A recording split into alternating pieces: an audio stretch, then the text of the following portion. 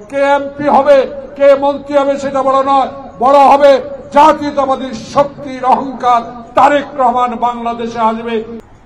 মানুষ অনেক আশা আকাঙ্ক্ষা নিয়ে বহু মায়ের বুক খালি করেছে। 16 বছর আপনারা যারা মসজিদে ইমামগিরি করতে পারেন নাই, সকালবেলা আল্লাহর কোরআন পড়াবার জন্য মুক্তবে যেতে পারে না। কারণ ছিল শহীদ জিয়ার আদর্শের সৈনিক। তারা আজকে সারা দেশের মানুষ, আমরা সহ আশা করেছিলাম যে অগাস্ট বিপ্লবের পর বাংলাদেশে এমন একটি জাতি, এমন একটি দেশ, এমন একটি গণতান্ত্রিক ব্যবস্থা আমরা সৃষ্টি করব, যে গণতান্ত্রিক ব্যবস্থার মধ্য দিয়ে বাংলাদেশে আর পশ্চিম কালো স্বৈরাচার আসবে। কিন্তু আকাশে যেন কিছু না মেঘ, সৌরভ মুগ্ধ খোকনের রক্তের গন্ধ এখনো যায় না। তাদের কবরে ফুলের গাছ অনেক বড় হয়েছে, ফুলের গন্ধ সৌরভ চারিদিকে ছড়িয়ে পড়েছে। কিন্তু বিষাক্ত আওয়ামী অত্যাচারের ষড়যন্ত্র এখনো যেন প্রশাসনের রন্ধ্রে রন্ধ্রে এখনো রয়ে গেছে।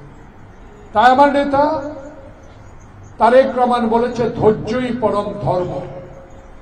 16 বছর ধৈর্য ধরেছেন, 16 বছর আন্দোলন করেছেন, 16 বছর নির্যাতন করেছেন। বাবাকে না পেয়ে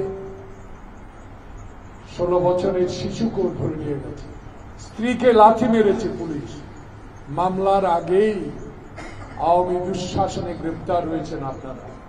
সে আশা নিয়ে বুক বেঁধেছিলেন যে 5 আগস্টের পর যে বিপ্লবী সরকার বাংলাদেশে প্রতিষ্ঠিত হয়েছিল, সেই সরকার আল্লাহর দেওয়া সরকার, জনগণের আন্দোলনের সরকার। কিন্তু কিছুটা যেন ষড়যন্ত্রের আভাস পাচ্ছে।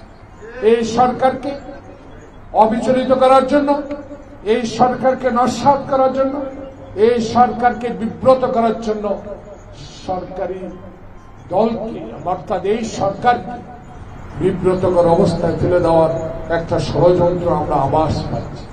নাহলে ট্রাম্প নির্বাচিত হয়েছে বিশ্বের সবচেয়ে সেরা গণতান্ত্রিক দেশে। যে আসুক, কে পরাজয় হলো, কে জয়লাভ হলো, সেটা বড় কথা নয়। বড় কথা, বিশ্বের সবচেয়ে গণতান্ত্রিক দেশ আমেরিকা, তার প্রেসিডেন্ট নির্বাচনের পরের দিনে হুট করে একটা আওয়াজ বেড়ে পড়ল, ট্রাম্পের ছবি নিয়ে তোমরা রাস্তায় নামো। ট্রাম্পের উপর আঘাত আসলে, ছবিতে আঘাত আসলে আমরা এটা বিশ্বের দরবারে ট্রাম্পের কাছে তুলে ধরবো, তাহলে ইউনুস সরকার আর থাকতে পারবে। প্রিয় ভাইরা, এগুলো একটা ষড়যন্ত্র। এই ষড়যন্ত্র রুখতে হবে। এই ষড়যন্ত্রের দাঁত ভাঙ্গা জবাব দিতে হবে। জবাব দেওয়ার জন্য প্রস্তুত আপনারাও। কিন্তু এই সরকারের কাছে আমাদের স্পষ্ট দাবি, আমাদের স্পষ্ট বক্তব্য। আমার নেতা তারেক রহমান বলেছে, আমি এমন একটি নির্বাচনের মধ্য দিয়ে যারা রাজপথে আন্দোলন করেছে, যারা বাংলাদেশের মানুষের অধিকার নিয়ে লড়াই করেছে, যারা ইলিয়াস আলীকে গুম করেছে, যারা সদ্দি আলমের মতো কমিশনারকে গুম করেছে, যারা মায়ের বুক খালি করেছে, যারা আমাদেরকে হাঁটু পানিতে দাঁড়িয়ে রাত কাটাবার জন্য বাধ্য করেছে, যারা কবরস্থানে ঘুমিয়েছে, তাদের আশা ছিল এই ইউনুস সরকার আসার পর বাংলাদেশের মানুষকে শান্তিতে নেওয়ার জন্য আমার নেতার নির্দেশ ছিল এমন একটি ভোটে আমি বিএনপিকে ক্ষমতায় নিতে চাই, যেই ভোট দিনের ভোট দিনে হবে, রাতে আর কোনো। প্রিয় বন্ধুগণ, আমার নেতা তারেক রহমান বলেছে ধৈর্য ধরার জন্য, কিন্তু ধৈর্য তো আমরা ধরেছি। সেই ধৈর্যের কারণ যদি এই হয়, বিতর্কিত ব্যক্তিরা প্রশাসনে যাবে আর আওয়ামী প্রেতাত্মারা এখনো মন্ত্রণালয়গুলো পরিচালনা করবে, সেটা তো হতে পারে না। সেই বিষয়টা আপনাদের স্পষ্ট করতে হবে। আমরা তো আপনাদেরকে সমর্থন দিয়ে এসেছি, সমর্থন এখনো আছে, থাকবে যতক্ষণ না পর্যন্ত নির্বাচন না দিবেন। কিন্তু এমন একটি পথে আপনারা এগোবেন না যেটা জনগণ আপনাদেরকে আবার প্রত্যাখ্যান শুরু করতে পারে। তা আমাদের দাবি সংস্কারও চলবে, নির্বাচনের রোড ম্যাপও চলবে।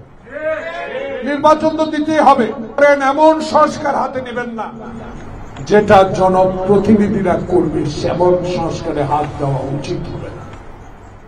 তাই নির্বাচন চাই, নির্বাচনের দিনক্ষণ চাই, নির্বাচনের প্রস্তুতি চাই, নির্বাচন কমিশন গঠন চাই, সংস্কারও চাই, নির্বাচনও চাই, কিন্তু বিতর্কিত ব্যক্তিদের ষড়যন্ত্রের কবলে পড়ে আবার যেন নির্বাচন বিলম্বিত না হয়, সে বিষয়ে সতর্ক থাকার জন্য আজকে আমরা এই উলামা দল, বাংলাদেশ জাতীয়তাবাদী দল, ছাত্র দল, যুব দল, কৃষক দল সবাই আমাদের এক পথের পথিক। আমাদের নেতা নেত্রী খালেদা জিয়া, আমাদের নেতা তারেক রহমান। তাই আমরা বলতে চাই, আমার নেতা তারেক রহমানের নির্দেশ আমরা অতীতেও পালন করেছি, সামনের দিকে এগিয়ে যাব। যখনই ডাক আসবে উলামা দল, অতীতের মতো আপনাদেরকে আমি অনেক লিফলেট বিতরণ করেছি, অনেকে নেতাকে নিয়ে পুলিশের ভয় চক্ষু এড়িয়েও আমার এই মিডিয়ার ভাইয়েরা আছেন যারা আমাদের নিউজ কভার করেছেন। আজকে মিডিয়ার ভাইয়েরা আপনারা কথা বলতে পারেন নাই, আপনাদেরকে কথা বলতে দেওয়া হয় নাই। আপনারা বিএনপির সংবাদ সংগ্রহ করে যখন অফিসে যেতেন, ডিজিডিএফআই এনএসআই বসে থাকতো, রিপোর্টার কি জমা দেয়, কাজ সাট করে সেদিন আপনারা বক্তব্য প্রকাশ করতেন। আজকে সেদিন নাই, আজকে আপনারা স্বাধীনভাবে কথা বলার অধিকার পেয়েছেন। আপনাদের কাছে আহ্বান থাকবে, সত্য কথা বলে মানুষের কাছে যেভাবে এই 3 মাস 10 দিন আপনারা সুনাম অর্জন করেছেন, সেই সুনামটা যেন অক্ষুণ্ণ থাকে। এই সরকারকে সার্বক্ষণিক সহযোগিতা করুন, বাংলাদেশে গণতান্ত্রিক পরিবেশ ফিরে আসুক, বাংলাদেশের সাংবিধানিক প্রতিষ্ঠানগুলো আবার পুনর্জীবিত হোক, বিচার বিভাগ স্বাধীন হোক, আমার ভোট আমি দিব, এই অধিকার আমরা যেন প্রতিষ্ঠা করি। সেই দিকে লক্ষ্য রেখে উলামা দলের আজ নবনির্বাচিত কমিটির নেতৃবৃন্দ আপনাদের কাছে আহ্বান জানাবো, আসুন আমরা ঐক্যবদ্ধভাবে, কে এমপি হবে কে মন্ত্রী হবে সেটা বড় নয়, বড় হবে জাতীয়তাবাদী শক্তির অহংকার। তারেক রহমান বাংলাদেশে আসবে, ইনশাআল্লাহ বাংলাদেশের প্রধানমন্ত্রী হবে, এটাই তো আমাদের আশা, সেটাই তো আমাদের আশা। সেই জন্য উলামা দল আসুন, আবারও প্রস্তুতি নেন, সংগঠন তৈরি করুন, ইনশাআল্লাহ আমাদের আশা ইনশাআল্লাহ পূরণ হবে। বাংলাদেশ জাতীয়তাবাদী উলামা দল জিন্দাবাদ, খালেদা জিয়া জিন্দাবাদ, তারেক রহমান জিন্দাবাদ। আল্লাহ হাফেজ।